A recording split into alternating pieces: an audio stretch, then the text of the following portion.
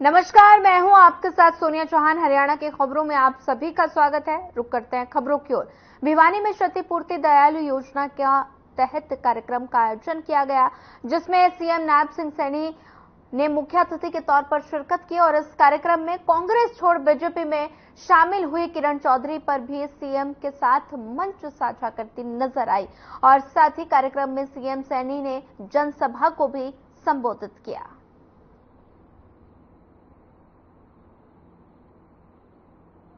खाद के ऊपर जो अतिरिक्त प्रभाव पड़ेगा वो किसान के ऊपर नहीं पड़ेगा, वो मेरी सरकार वहन करेगी और उसके ऊपर सब्सिडी देने का काम वो नरेंद्र मोदी की सरकार भाइयों लगातार कर रही है। इस बात को भी हमने समझना है। जब मैं ये देखता हूं कि हमारी सरकार ने जो किसानों की हरियाणा के अंदर अगर हम बात करें, ये डबल इंजन की सरकार 14 अन्य फसलें भी एमएसपी पर खरीदने का काम ये हमारी सरकार कर रही है। भाइयों, इस प्रकार का दुष्प्रचार किया गया कि ये मोदी की सरकार ये किसान विरोधी है, एमएसपी को बंद कर दिया जाएगा, एमएसपी खत्म हो जाएगा। परंतु कल ही नरेंद्र मोदी की सरकार ने एमएसपी बढ़ा करके भाइयों देने का काम मेरे किसान को किया है। जब मैं ये देख रहा था कि इसके अंदर जो बढ़ोतरी हुई है, आज धान के फसल के अंदर हमारी सरकार जो 117 रुपए की बढ़ोतरी ये नरेंद्र मोदी की सरकार ने की है। आज 2300 रुपए क्विंटल के हिसाब से किसान को उसकी धान की फसल खरीदने का काम ये नरेंद्र मोदी की सरकार करेगी। भाइयों, लगातार एमएसपी बढ़ा करके देने का काम ये हमारी सरकार कर रही है। जब मैं बाजरे की फसल के बारे में देखता हूं, हमारी सरकार ने बाजरे के अंदर भी 125 रुपए की बढ़ोतरी की है। आज 2625 रुपए प्रति क्विंटल के हिसाब से भाइयों मेरे किसान का बाजरा भी खरीदा जाएगा। 135 रुपए की बढ़ोतरी ये मक्के के अंदर की है, मूंग के अंदर 124 रुपए की है, मूंगफली में 406 रुपए की बढ़ोतरी ये हमारी सरकार ने की है। सूरजमुखी के अंदर 520 रुपए की बढ़ोतरी ये हमारी सरकार ने की है और तिल के अंदर 632 रुपए की बढ़ोतरी ये हमारी सरकार ने की है। कपास के अंदर 501 रुपए की बढ़ोतरी ये हमारी सरकार ने की है। भाइयों, जो लोग ये लगातार दुष्प्रचार करते थे कि एमएसपी बंद हो जाएगा, परंतु आज नरेंद्र मोदी जी ने जब तीसरी बार वो प्रधान सेवक के रूप में भाइयों शपथ लेते हैं, तो सबसे पहले जब गद्दी के ऊपर आकर के कुर्सी पर आकर के बैठते हैं तो सबसे पहले हिसार के फेलिंगो कन्वेंशन हॉल में अंतर्राष्ट्रीय योग दिवस के मौके पर राज्य स्तरीय योग कार्यक्रम का आयोजन किया गया। इस मौके पर मुख्यमंत्री नायब सिंह सैनी और साथ ही स्वास्थ्य मंत्री कमल गुप्ता ने भी योग आसन किए और मौके पर लोगों को संबोधित भी किया।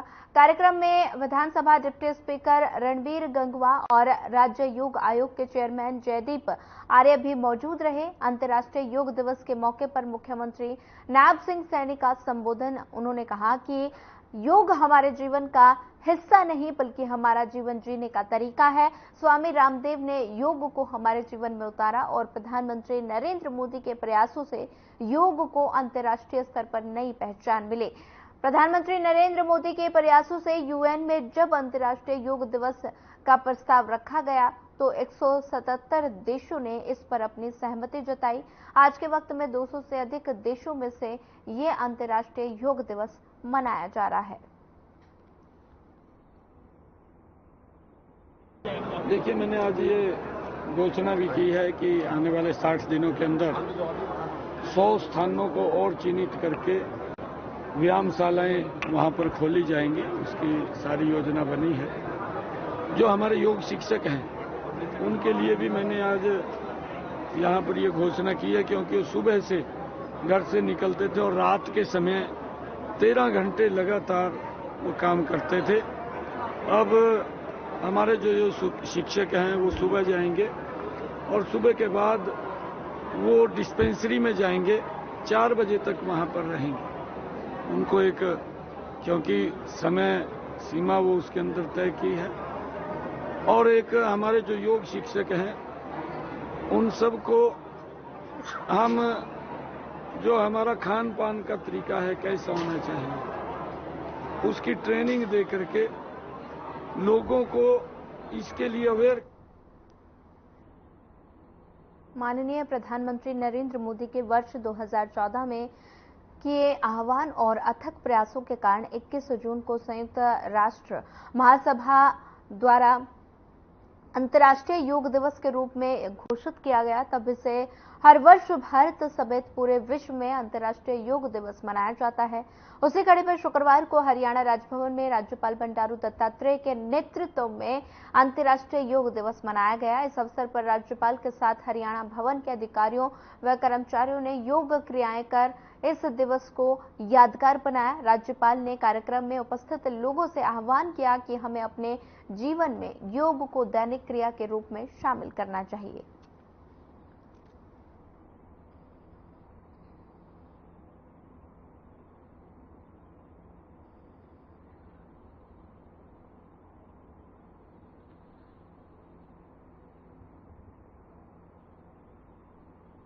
हरियाणा में भी योग दिवस के मौके पर कार्यक्रम आयोजित किए गए, जिसमें दिग्गजों ने भी योगाभ्यास किया। अलग अलग जगहों पर योग की तस्वीरें आपके सामने रख रहे हैं और इनमें पहली तस्वीर झज्जर से है, जहां बीजेपी के राष्ट्रीय सचिव ओपी धनखड़ ने योग किया, तो वहीं दूसरी तस्वीर फरीदाबाद से है। फरीदाबाद में केंद्रीय राज्य मंत्री कृष्णपाल गुर्जर और हरियाणा के कैबिनेट मंत्री मूलचंद शर्मा ने योग किया। इसी तरह अंबाला में हरियाणा के कैबिनेट मंत्री बनवारी लाल ने लोगों के साथ योग किया और योग से होने वाले लाभों के बारे में बताया। और इसी तरह पलवल में हरियाणा के कैबिनेट मंत्री सीमा तिरखा ने योग किया। इंद्री में बीजेपी विधायक रामकुमार कश्यप और कैथल में बीजेपी विधायक लीलाराम और रतिया में बीजेपी विधायक लक्ष्मण नापा ने योग किया।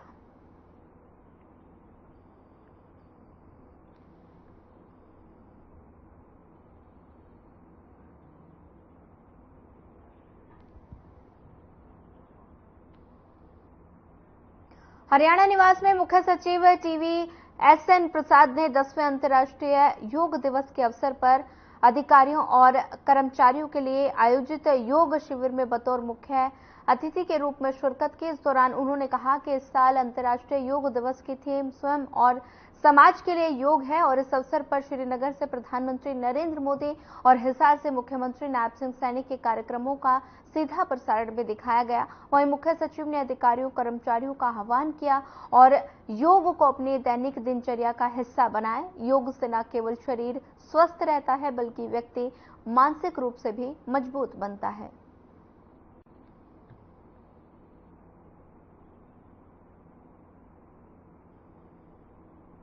मेरे सचिवालय के सभी साथियों को मैं शुभकामनाएं देता हूं और आज हम अंतर्राष्ट्रीय योग दिवस मनाने के लिए एकत्रित हुए।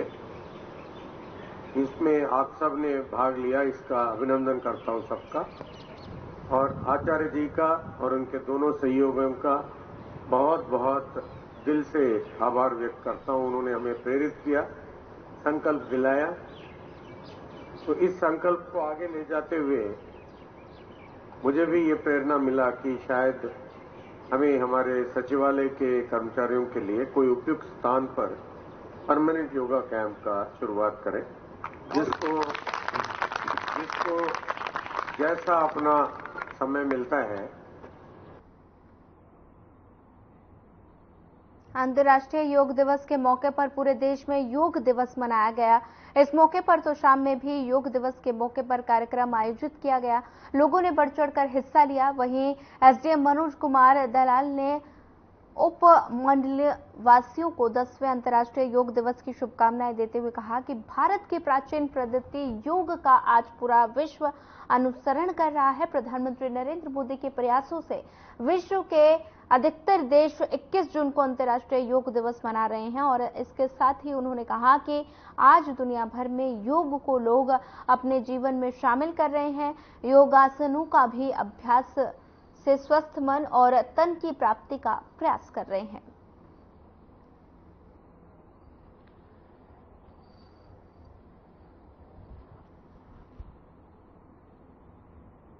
कुरुक्षेत्र के पेहवा सरकारी अस्पताल में अंतर्राष्ट्रीय योग दिवस के अवसर पर पौधारोपण किया गया और हॉस्पिटल में दाखिल मरीजों को फल भी वितरित किए गए।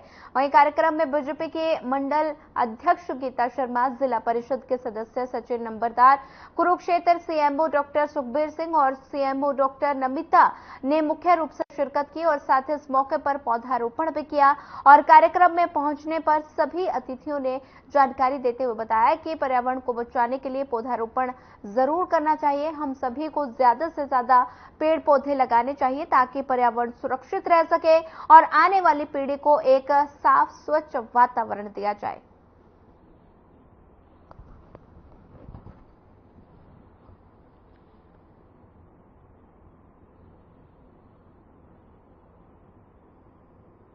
आने पर जो हमारे मंडलाध्यक्ष आए हुए मैडम गीता शर्मा जी और इनके साथ और भी जो आए पदाधिकारी और हमारे एसएमओ डॉक्टर नमिता और आप सभी का पत्रकार बंधुओं का, छायाकार बंधुओं का स्वागत करता हूं। जहाँ तक पौधारोपण की प्लांटेशन जो हमने की है, प्लांटेशन बहुत ही अच्छी चीज़ है। जैसे मैडम ने बताया, एक तो ऑक्सीजन का फायदा होता है हमारे को इससे, दूसरा पानी, आपको सभी को पता है पानी की कमी हो रही है, तो पानी का भी बचाव होता है। जमीन में पानी ज़्यादा रहता है, तो ताकि आगे आने वाली पीढ़ी को ऑक्सीजन की और पानी की कमी न रहे, इसलिए हम ज़्यादा से ज़्यादा पेड़ लगाने के लिए उसी उपलक्ष्य में आज हमने चार पौधे लगाए हैं। और मैंने एसएमओ मैडम को बोला है कि इनकी अच्छी तरह केयर करें ताकि आगे इनकी उम्र ज़्यादा हो। लोकसभा चुनाव के बाद अब हरियाणा में आने वाले विधानसभा चुनाव को लेकर कांग्रेस ने ताकत लगानी शुरू कर दी है। हरियाणा के पूर्व मुख्यमंत्री भूपेंद्र सिंह हुड्डा और कांग्रेस प्रदेश अध्यक्ष उदय भान कांग्रेस कार्यकर्ता सम्मेलन आयोजित कर निर्देश दे रहे हैं कि भाजपा की नाकामियों को जनता ने घर घर ले जाएं और साथ ही कांग्रेस सरकार बनाने के लिए जी जान से जुट जाएं और जो भाजपा के पन्ना प्रमुख हैं उनका पन्ना फाड़कर फेंक देना। और कांग्रेस ने अब हरियाणा में कार्यकर्ताओं के सम्मेलन आयोजित कर उनको जरूरी दिशा निर्देश प्रदेश अध्यक्ष उदय भान देते हुए नजर आए। पेपर लीक मामले पर पूर्व सीएम भूपेंद्र सिंह हुड्डा ने कहा कि युवाओं के भविष्य के साथ बड़ा खिलवाड़ हुआ है।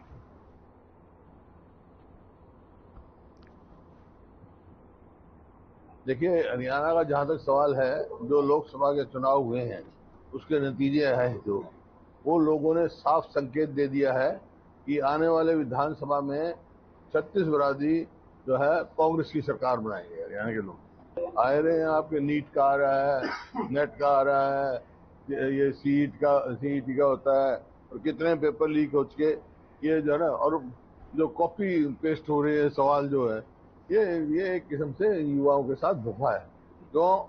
क्योंकि ये जो है हॉर्स ट्रेडिंग ना हो, जिससे प्रदेश बदनाम ना हो। जो हॉर्स ट्रेडिंग शुरू कर दी ना, कभी तो कहते हैं फलानी पार्टी के हमारे साथ आएंगे, ये हॉर्स ट्रेडिंग होती है। कार्यकर्ताओं को पूरी तरह से हमने सचेत किया कि 3 महीने का 4 महीने का टाइम है, इसमें घर नहीं बैठना है। सारे जो मुद्दे हैं, जो जमीन के मुद्दे हैं, वो घर घर तक पहुंचाने हैं। अभी हमारे 14 संकल्प वो भी पहुंचाने हैं और लोगों को बताना है, अवगत भी तो रहना है लोगों को, पता भी कि क्या हालत इस जिनके आप बात कर रहे होते हुए खट्टर जी ने इतना काम किया है। एक इंच मेट्रो कोई इन्होंने तो बनाई नहीं, एक कोई नई कोई रेलवे लाइन नहीं बनाई, कोई नया कोई बिजली का कोई कारखाना नहीं लगाया, कोई बड़ी कोई यूनिवर्सिटी, कोई अंतर्राष्ट्रीय स्तर की कोई ऐसा कोई काम नहीं किया। और प्रदेश का कर्जा 70,000 करोड़ से बढ़ाकर के 4.5। दिल्ली जल संकट को लेकर आम आदमी पार्टी के वरिष्ठ उपाध्यक्ष अनुराग डांडा ने प्रेस कॉन्फ्रेंस की। उन्होंने इस मुद्दे को पर लेकर कहा कि हरियाणा में टैंकर माफिया और पानी की चोरी की परमिशन दी गई, सोनीपत और पानीपत में पानी की चोरी की जा रही है। साथ ही उन्होंने और क्या कुछ कहा, आइए आपको सुनाते हैं। मानो कल दिवाली मनाई गई है सत्य की जीत को लेकर के, और जो राउज एवेन्यू कोर्ट ने अरविंद केजरीवाल जी को रेगुलर बेल कल दी, उसको लेकर के पूरे देश में कार्यकर्ताओं में खुशी का माहौल था और सबको ये लगा कि कानून और सत्य की जीत हुई है। और सभी में इस बात को लेकर खुशी थी कि आखिरकार देश में लोकतंत्र और सिस्टम धीरे धीरे पटरी पर वापस लौट रहा है। लेकिन लग रहा है कि बीजेपी को कानून और सिस्टम की कोई परवाह नहीं है। बीजेपी की नजर में कानून और सिस्टम के कोई मायने नहीं है, कोई सम्मान नहीं है। एक बात समझ से परे है कि आखिर मोदी जी चाहते क्या हैं, कि आखिर इस देश में क्या उदाहरण पेश करना चाहते हैं मोदी जी। किसी भी कीमत पर अरविंद केजरीवाल जी को जेल में रखने की ये क्या जिद है भारतीय जनता पार्टी की सरकार की और उनकी एजेंसियों की। आज तक ईडी इस केस में एक सबूत पेश नहीं कर पाई है। आज तक ईडी और तमाम एजेंसियां इस पूरे मामले में एक चवन्नी भी कहीं से बरामद नहीं कर पाई है। झज्जर जिले के थाना बादली के अंतर्गत आने वाले गांव पहासोर के पास कार में सवार होकर आए युवकों ने ड्यूटी पर जा रहे एक बाइक सवार पर गोलियां चला दी। युवकों की ओर से चलाई गई गोली संदीप के बाजू में जा लगी और साथ ही उसे एक निजी अस्पताल में भर्ती कराया गया। घटना की सूचना मिलने के बाद पुलिस भी निजी अस्पताल पहुंची और घायल हुए युवक संदीप का बयान दर्ज किया गया। गोली चलाने का आरोप संदीप ने सज्जन और रोबिन के नाम युवक पर लगाया और साथ ही घटना के पीछे का कारण क्या रहा इस बात का खुलासा नहीं हो पाया और साथ ही पुलिस ने घटना के पीछे पुरानी रंजिश बताई जा रही है और घटना को अंजाम देने के बाद आरोपी वहां से भाग खड़े हुए। संदीप का इलाज झज्जर के निजी अस्पताल में किया जा रहा है। संदीप की हालत खतरे से बाहर बताई जा रही है और पुलिस ने इस बारे में जांच पड़ताल शुरू कर दी है।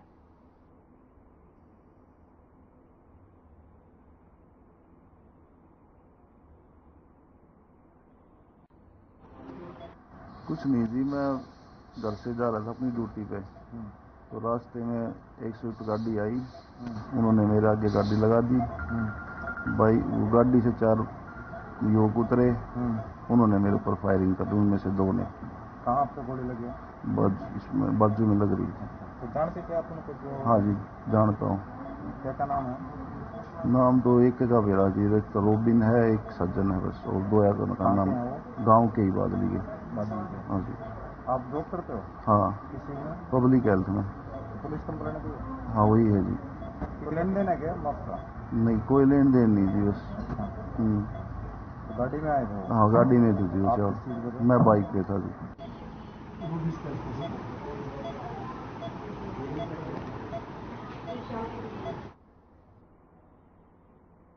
चीका थाना के समक्ष महिला धरने पर बैठी और बता दें कि महिला ने सेवा सुरक्षा सहयोग का नारा देने वाली हरियाणा पुलिस पर गंभीर आरोप लगाए। महिला ने आरोप लगाया कि चीका एसएचओ ने उसे अभद्र भाषा में बात की और महिला ने अपने पति के खिलाफ 2 वर्षीय बच्चों के अपहरण का मामला दर्ज कराया था। 2 महीने बीत जाने के बाद भी पुलिस ने बच्चों की तलाश नहीं की तो महिला धरने पर बैठ गई। महिला स्थानीय अधिकारियों से लेकर एसपी तक गुहार लगा चुकी है।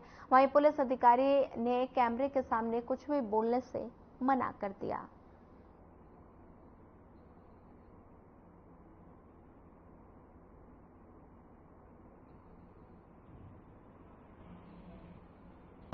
मेरा 2 साल का बच्चा है और मेरा 1 साल से मेरे पति के साथ डिस्ट्रीब्यूशन चल रहा है, जिसमें वो पंचायती तौर पे मेरे को तलाक दे के गया था और बच्चे की कस्टडी मेरे को दे के गया था।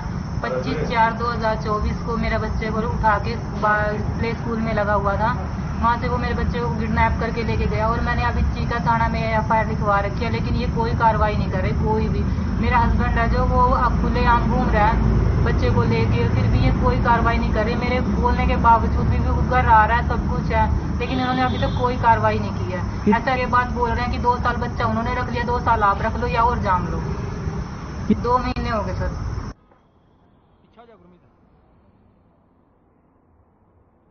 जाखल के चांदपुरा गांव में एक व्यक्ति ने अपनी पत्नी और साले दोनों की तेजधार हथियार से हत्या कर दी।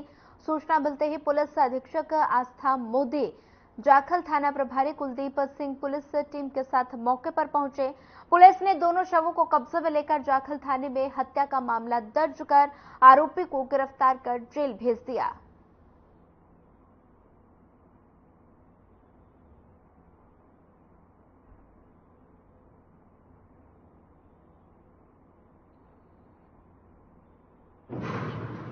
डबल मर्डर हुआ था, जिसमें एक महिला और एक जेंट्स दो थे, जो दोनों को किसी तेज हथियार से मारा गया था, जिस पर हमने धारा 302 और 34 आईपीसी के तहत अभियोग अंकित करके दोनों नर्सों का टोहाना सरकारी अस्पताल से बोर्ड के द्वारा पोस्टमार्टम करवाया गया और पोस्टमार्टम के बाद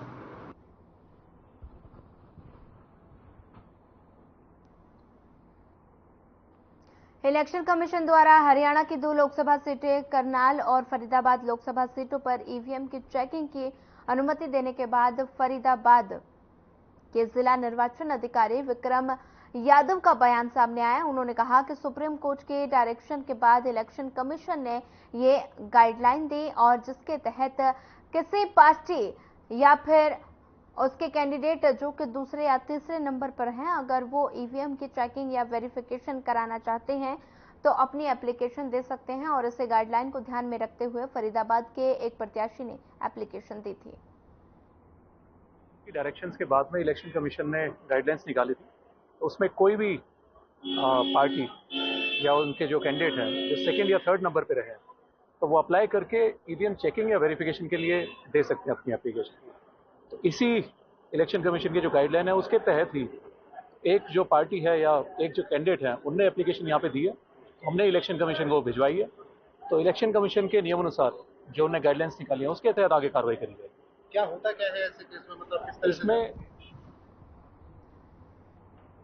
सोनीपत में कई दिनों से गर्मी से लोग काफी परेशान हैं और लेकिन नेशनल हाईवे 44 सराई क्षेत्र में झमाझम बारिश हुई और मौसम सुहावना हो गया। वहीं बारिश की वजह से गांव जठेड़ी से हाईवे को जोड़ने वाली सड़क पर भी बरसाती पानी की निकासी नहीं होने से प्रशासन के दावों की भी पोल खुलती हुई नजर आई। लोगों ने बताया कि पहली बार हुई बारिश ने गर्मी से राहत दी है, अगर बारिश नहीं हुई तो उमस बन जाएगी। सड़क पर बरसाती पानी की निकासी नहीं होना भी राजी रोड दुकानदारों के लिए परेशानी का सबब जरूर बन गया है। बहुत ज्यादा दुखी हो रहे थे लोग, बहुत परेशानी थी।